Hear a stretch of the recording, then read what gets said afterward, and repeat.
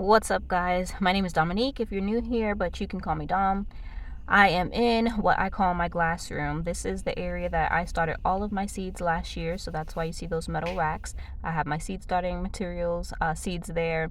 And this is also where I've kept all of my painting supplies because we are painting and fixing up the house. So it has doorknobs, it has hinges, it has, primer, paint brushes, everything that we need, sanding brushes, right in this pile right here. And so today I decided that I want to get this room cleaned up and get it organized and everything in a section. I did take out most of my garden things and put it inside of the hoop house that we just built, but I still have some of stuff in here like my seeds that I need to use to start seeds this next year. And then I also decided to put my bulk containers in here. So I have bulk flowers and beans and stuff like that in those 5-gallon buckets with gamma seals on them. And so I want to use this rack that my garden supplies was on and put those 5-gallon buckets on top of them. I decided that I would make this video and just do a voiceover while I was cleaning and just answer some questions that I've gotten for YouTube. A lot of questions that I get is about what I use to record my videos in or on, and I tell people all the time I use my cell phone. My cell phone is a Google Pixel 6. I bought this phone because it was cheap and it had good reviews as far as the video quality, but I don't know if I would necessarily recommend this phone for making videos long term, just because it does overheat, and if you're outside recording videos long term, that can become a problem. It did for me in the summer where it's already 100 degrees outside, and no matter what you're doing, if my phone was just in my pocket, it was overheating. And so it does have overheating issues, but this is the phone that I use, especially if I'm just doing a quick vlog. It's easy for me to edit on here. It's easy for me to record on here. We don't have really good service where we live at, and even our internet that we do have is kind of sucky. And so for me to be able to record on my phone and then be able to like leave the house sometimes to get it to upload faster and just edit on the go is much easier for me than to carry around my phone, my camera that I did end up buying. I think it was called a Canon Mark 7 II. I bought it off of Amazon and I really like it. I really like the video quality. It does really well for me, and I can notice a difference, especially when I'm inside my house. Sometimes me recording videos inside my kitchen, the video quality is a little poor and kind of grainy, but when I use my camera I can really tell, and it just makes it so much better. But like I said, not all of the time when I'm editing it's easier for me to edit on my computer because of service, or just me being on the go, or not being able to upload the video once I edit it on my computer because of our internet service. And then I would have to leave the house with, my laptop and all of that stuff. So I just find it easier to edit on my cell phone. So if you're wondering, I edit and video 99% of my videos on my cell phone. I made my first video last year, December 17th. It was me planting 540 onions that I had got from Dixondale Farms, and that was my first video. So it's been just over a year since I started this channel. I always knew that I wanted to start a YouTube channel once I got to a homestead, because while I was waiting for a homestead, I did a lot of researching and just trying to find people who showed the process of starting a homestead from scratch, instead of following along. I was following along with lots of people who already were homesteading or were started documenting while they already had a homestead, and I just really wanted to be a person who showed what the homesteading process looked like from the beginning, as well as just documenting learning experiences that we faced and that we did. And it's been really good. I love the community on here on YouTube. Everyone's been fairly kind. Probably 99% of the people are kind in the comments and everything like that, and very encouraging, and I really appreciate it.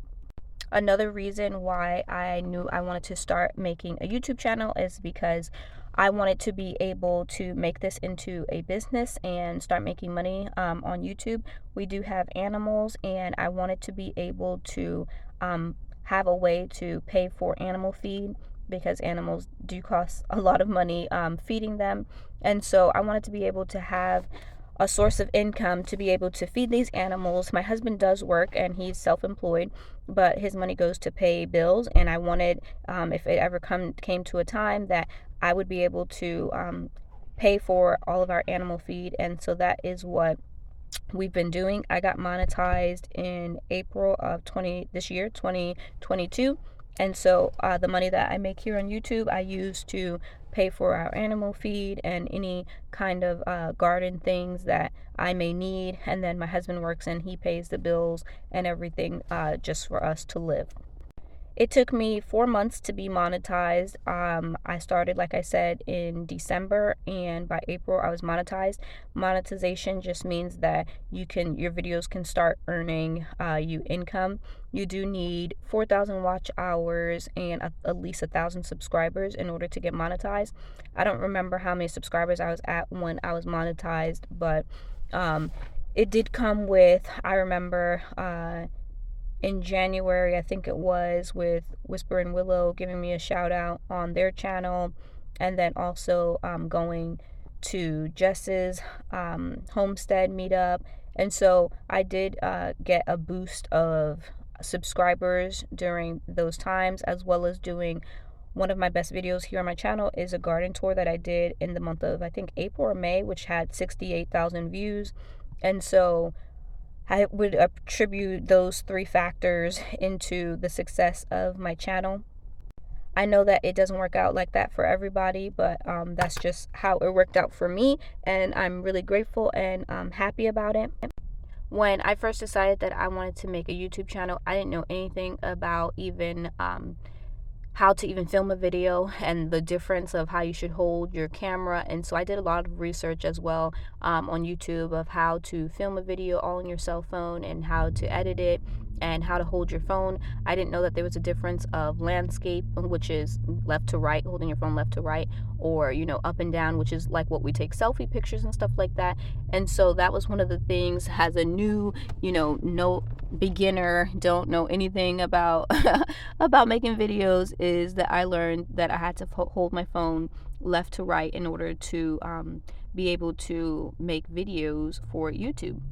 Another thing that I quickly realized was that the further I was away from my cell phone, then my voice got really low, and so I did invest in a speaker, a cordless microphone, and a few people has asked me about where I've gotten that from. I did get that from Amazon as well. I will find that and link that if you are interested, in the description box of this video. I don't use it a lot because, like I said, a lot of my videos is me face to face talking to the camera. I try not to go too far away from my phone, but if I have to and I know that I'm doing a video where I'm going to be far away from my phone, then I do plug up my wireless mic, especially if it's maybe a video where I'm going to be, I know I've done it for kitchen videos where I'm going to be far away and the placement of the cell phone is going to be further away than I'd like, and I know my voice is going to be low. But if I'm just talking like a selfie type in the garden, then you guys hear me just fine, as well as if I have the phone flipped and showing you something, my voice comes out fine as well. So I would definitely say, if you're interested in starting a channel and you're just not sure, you don't have a lot of money, just start off with your cell phone. As long as your cell phone takes pretty decent quality pictures, you can start off on your cell phone. And then if you decide that you want to invest in a camera later on, that you can definitely do that. I didn't get my camera until I got my first check on YouTube, so that is what paid for my camera.